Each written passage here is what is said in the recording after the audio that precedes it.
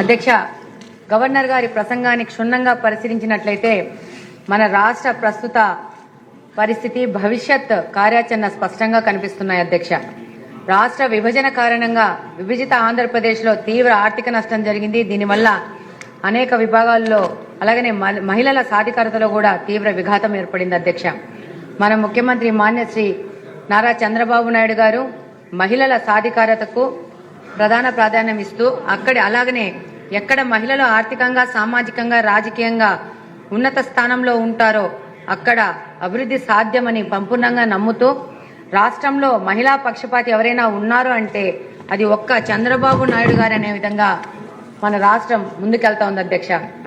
అధ్యక్ష, మన ముఖ్యమంత్రి గారికి మహిళల శక్తి సామర్థ్యాలపై, వారి యొక్క ఆర్థిక క్రమశిక్షణపై అపార విశ్వాసం ఉంది. అధ్యక్ష, ఎటువంటి ప్రభుత్వ పథకాన్ని ప్రవేశపెట్టినా అది ఉమెన్ సెంట్రింగ్ గా ఉంటేనే ఫలవంతం అవుతుందని మన ముఖ్యమంత్రి గారి ప్రధాన విశ్వాసం. అధ్యక్ష, ఇందులో భాగంగానే మహిళలే అభివృద్ధికి కేంద్రం అన్న మాట నినాదంగా కాదు, నేడు అమల్లో కనిపిస్తా ఉంది. అధ్యక్ష, చంద్రబాబు నాయుడు గారి నాయకత్వంలో డ్వాక్రా సంఘాలకు మళ్లీ ప్రాణం పోసి మహిళల చేతుల్లోనే ఆర్థిక నిర్ణయాలు ఉండేలా కూటమి ప్రభుత్వం చేసింది. అధ్యక్ష, 0 వడ్డీకి రుణాలు గాని అలాగనే రుణాల పరిమితిని 5 లక్షలకు పెంచి మహిళలకు నిజమైన పెట్టుబడి అవకాశాలు ఇచ్చింది. అధ్యక్ష, కూటమి ఒక్కో మహిళకు 50,000 నుంచి 5 లక్షల వరకు రుణాల పరిమితి పెంచి చిన్న పనులు కాదు పెద్ద వ్యాపారాలు చేసే స్థాయికి మహిళలను తీసుకొచ్చి ఈ యొక్క రుణాల పరిమితిని 10 లక్షలకు పెంచే విధంగా ఆలోచన చేస్తూ కూటమి ప్రభుత్వం నడుస్తోంది. అధ్యక్ష, మహిళలు కేవలం స్వయం ఉపాధి కాదు, పరిశ్రమలు పెట్టే పారిశ్రామికవేత్తలుగా ఎదగాలనేది కూడా ఆలోచన. అధ్యక్ష, పెట్టుబడి రాయితీని 35% నుంచి 40% పెంచడం మహిళా వ్యాపారవేత్తల్లో చారిత్రాత్మక నిర్ణయం. అధ్యక్ష, 2024-25 బడ్జెట్లో 1,250 కోట్ల కేటాయింపులు చేసి గ్రామీణ పట్టణ మహిళలకు సమాన అవకాశాలు కల్పించడము, అలాగనే పొదుపు సంఘాలను ప్రారంభించి పొదుపు సంఘాలను పెంచి కుటుంబాలను పరిపుష్టతకు పునాదులు వేసిన ఆర్థికవేత్త మన ముఖ్యమంత్రి గారు నారా చంద్రబాబు నాయుడు గారు. అధ్యక్ష, ప్రస్తుతం ఆయన ప్రారంభించిన పొదుపు సంఘాల ద్వారా గ్రామీణ ప్రాంతాల్లో దాదాపు 8.5 లక్షల పొదుపు సంఘాల ద్వారా 8 లక్షల మంది మహిళలకు దాదాపు 55,521 కోట్ల రూపాయలు లోన్లుగా అందించడం జరిగింది. అధ్యక్ష, పట్టణ ప్రాంతాల్లో దాదాపు 2.65 లక్షల పొదుపు సంఘాలలోని 26.5 లక్షల మంది మహిళలకు 8,700 కోట్ల రూపాయల మొత్తాన్ని లోన్గా అందించి స్వయం సహాయక సంఘాల మహిళలను స్వయం వృద్ధి ఉపాధి సంఘాలుగా తీర్చిదిద్దారు మన ముఖ్యమంత్రి నారా చంద్రబాబు నాయుడు గారు. అధ్యక్ష, ప్రస్తుతం మన కూటమి ప్రభుత్వం అమలు చేసిన సూపర్ 6 లోని పథకాలన్నీ కూడా మహిళా సాధికారతను దృష్టిలో ఉంచుకొని ప్రవేశపెట్టినవే. అధ్యక్ష, ఎస్సీ ఎస్టీ మహిళలకు వడ్డీ లేని రుణాలనిచ్చి నిజమైన ఆర్థిక భరోసాను కల్పించి మహిళల భద్రత విషయంలో కఠినంగా వ్యవహరించి నేరాలు, వరకట్నాలు, మరణాలు తగ్గేలా పాలనలో మార్పు తీసుకొచ్చారు. అధ్యక్ష, పోక్సో కేసుల్లో నిందితులకు కఠినమైన శిక్షలు ఇవ్వడం, బాలికలకు భద్రత కల్పించడం, మహిళలు బాలికల్లో ధైర్యం పెంచేందుకు స్వీయ రక్షణ శిక్షణలు పెద్దపీట వేయడం, వేలాది పాఠశాలలు, కళాశాలలో శిక్షణలు ఇచ్చి శక్తి వారియర్స్ ను తయారు చేయడం, ప్రతి నియోజకవర్గంలో జెండర్ రిసోర్సెస్ సెంటర్లను పెట్టి బాధితులకు కౌన్సిలింగ్, చట్ట సహాయం, అవసరమైతే వసతి కూడా కల్పించడం, ఉద్యోగ ప్రవేశాలు ఐసీసీ ఏర్పాటు చేసి మహిళలకు సురక్షిత పని వాతావరణం ఇవ్వడం, అంగన్వాడీలు, ఆశా వర్కర్లకు గ్రాట్యుటీ మరియు అమలు చేసి మహిళా ఉద్యోగులకు గౌరవం ఇచ్చి అందుకోసం 60 కోట్లు కేటాయించడం, అంగన్వాడీ కేంద్రాల్లో తాగునీరు, మరుగుదొడ్లు లాంటి కనీస సదుపాయాలు కల్పించి ప్రతి నెల 1వ తేదీనే జీతాలు పడే వ్యవస్థను తీసుకురావడం, అంగన్వాడీ ఉద్యోగులకు 5G స్మార్ట్ ఫోన్లు ఇచ్చి వాళ్ళ యొక్క పనితీరు, హాజరు శాతాన్ని పెంచడం, గ్రామీణ మహిళలను ఉద్యోగాలు అడిగే స్థితి నుంచి ఉద్యోగాలు ఇచ్చే స్థాయికి తీసుకుపోవడమే కూటమి లక్ష్యం. అధ్యక్ష, బ్యాంకు లింకేజ్ రుణాలు, ఫుడ్ ప్రాసెసింగ్ యూనిట్లు, మార్కెటింగ్ సపోర్ట్ అందిస్తోంది. అధ్యక్ష, dairy, poultry, agro products, textile రంగాలలో మహిళలకే యజమానులుగా ఎదుగుతున్నారు. అధ్యక్ష, మహిళ అంటే ఓటరు కాదు, కుటుంబానికి ఆర్థిక బలం అనేది కూటమి ప్రభుత్వం చేసి చూపిస్తోంది. అధ్యక్ష, 2025 నాటికి మహిళల ఆర్థిక స్వావలంబన కోసం బలమైన పునాది వేసి కూటమి ప్రభుత్వం. అధ్యక్ష, ఈ మార్పు ఇలానే కొనసాగితే మహిళా సాధికారతతో ఆంధ్రప్రదేశ్ లో దేశానికే మొదటి స్థానం చేరుకుంటది. అధ్యక్ష, ఈ కార్యక్రమంలో భాగంగానే దీపం పథకం ద్వారా ఉచిత గ్యాస్ సిలిండర్లు, స్టవ్లు అందించి మహిళలకు కట్టెల పొయ్యి నుండి విముక్తి కల్పించినారు ఆనాడు. అధ్యక్ష, ఈ రోజు దీపం పథకం 2.0 కింద సంవత్సరానికి 2,600 కోట్లతో రాష్ట్రంలోని ప్రతి మహిళకు సంవత్సరానికి 3 ఉచిత గ్యాస్ సిలిండర్లు ఇచ్చే విధంగా ముందుకెళ్తున్నారు అధ్యక్ష. అలాగనే తల్లికి వందనం ద్వారా రాష్ట్రంలోని మహిళలకు ఎంతమంది పిల్లలు ఉంటే ఒక కుటుంబంలో అంతమంది పిల్లలకి తల్లికి వందనం ద్వారా 15,000 రూపాయలు అందించిన ఘనత మన చంద్రన్న గారికి సొంతం అధ్యక్ష. అలాగనే 18 నెలల్లో 70,000 కోట్లు ఖర్చు చేశారు అధ్యక్ష ఈ సంక్షేమ పథకాల కోసము.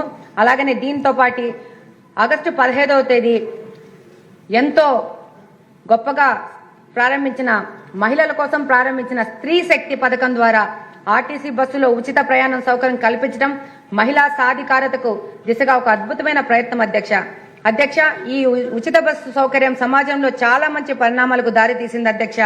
గ్రామీణ ప్రాంతాల పేద విద్యార్థినులు ఈ సౌకర్యాన్ని వినియోగించుకుంటూ ఉన్నత చదువులు చదువుకునే అవకాశం వచ్చింది అధ్యక్ష.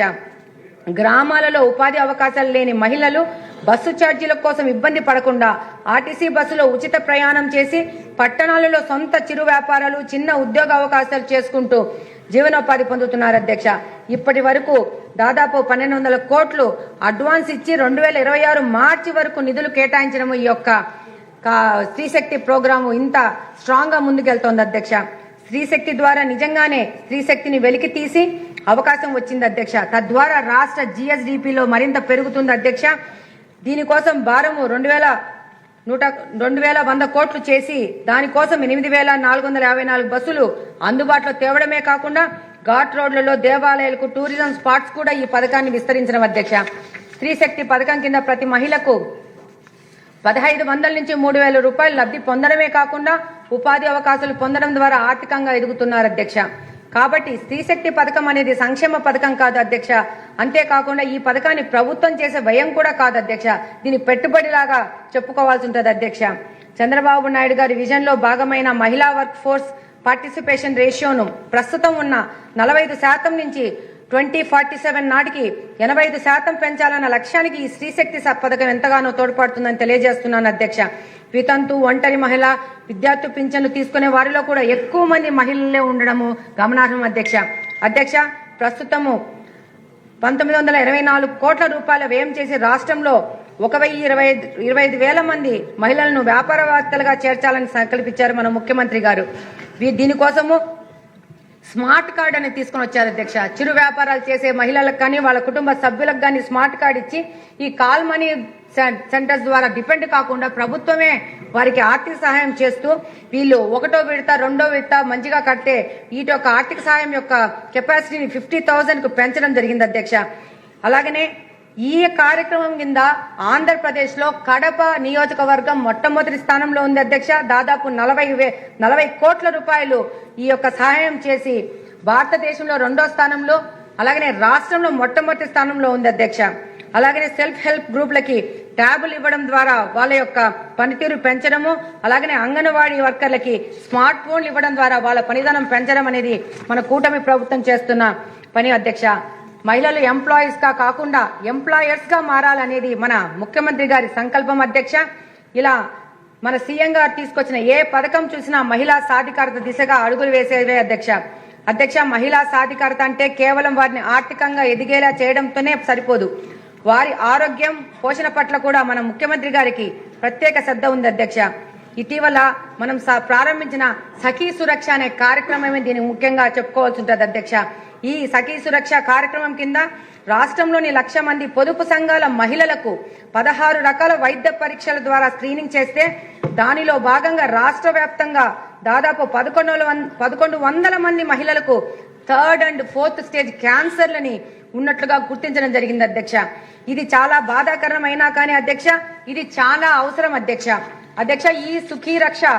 ఈ సఖీ రక్ష కార్యక్రమం కింద రాష్ట్ర వ్యాప్తంగా ఉన్న అందరి మహిళలకు ఈ యొక్క స్క్రీనింగ్ పరీక్షలు చేస్తే మరింత మంది మహిళలకు అనారోగ్య సమస్యలు అర్లీ స్టేజ్ లో బయటపడి వారికి సరైన వైద్య సేవలు అందించి లక్షలాది మంది మహిళల ప్రాణాలను కాపాడి ఆయా కుటుంబాలు చిరికిపోకుండా కాపాడవచ్చని చెప్పి తెలియజేసుకుంటున్నాను అధ్యక్ష.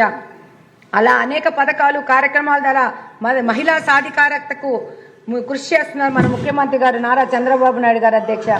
ఇందులో భాగంగానే తల్లికి వందనం కింద 10,000 కోట్లు చేస్తూ దాదాపు 67 లక్షల మంది విద్యార్థులకు సాయం చేయడం, స్త్రీ శక్తి ద్వారా 5 కోట్ల రూపాయలు 5 కోట్ల మందికి పైగా ఉచిత బస్సు ప్రయాణాలు చేస్తూ దానికి వ్యయం 1,500 కోట్లు చేయడం, దీపం 2 పథకం కింద 3 సిలిండర్లు ఉచిత పథకం ఇస్తూ దానికోసము 3.67 కోట్ల సిలిండర్లు అందజేత, దానికోసము దాదాపు 3,000 కోట్ల వ్యయం చేయడం, అన్నదాత సుఖీభవ కింద 46 లక్షల మంది రైతులకు 2 విడతల్లో దాదాపు 6,000 కోట్ల రూపాయలు జమ చేయడం, ఎన్టీఆర్ భరోసా పెన్షన్ కింద 1వ తేదీనే దాదాపు 63 లక్షల మందికి పింఛన్లు ఇస్తూ దీనికోసం మన రాష్ట్ర ప్రభుత్వం 58,000 కోట్ల పైన ఖర్చు చేయడం, అలాగనే దివ్యాంగులకి ఉచిత బస్సు ప్రయాణ సౌకర్యం, వీరు ఎక్కడైనా పింఛన్ తీసుకునే విధంగా అవకాశం కల్పించడము, మత్స్యకార భరోసా కింద ఏడాదికి 20,000 చొప్పున 1.25 లక్షల మందికి అవకాశం కల్పించి దానికోసం 250 కోట్ల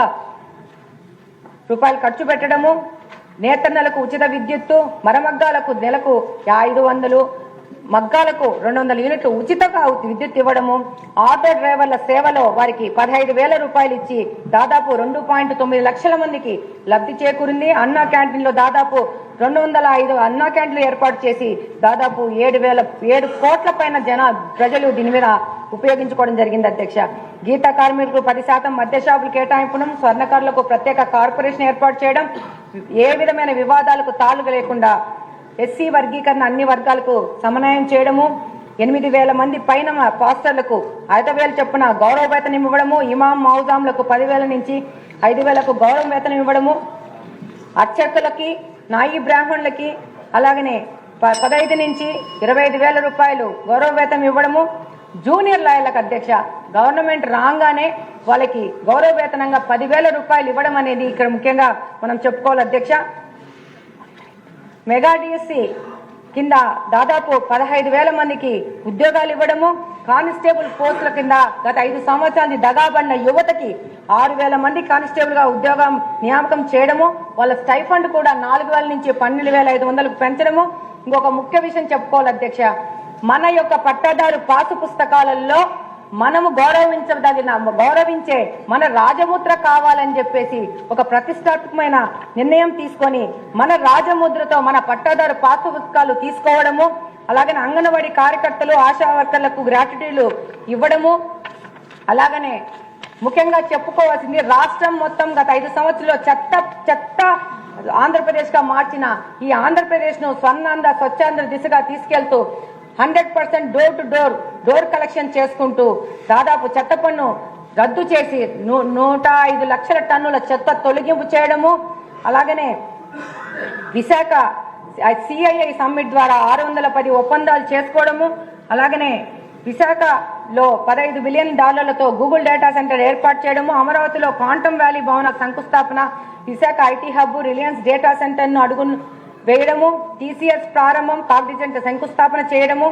కాకినాడలో ఏఎం గ్రీన్ అమోనియా ప్రాజెక్టు శంకుస్థాపన చేయడము, 2 ఏళ్లలో ఎగుమతులు కూడా మొదలవుతాయని ముఖ్యమంత్రి గారు తెలియజేశారు.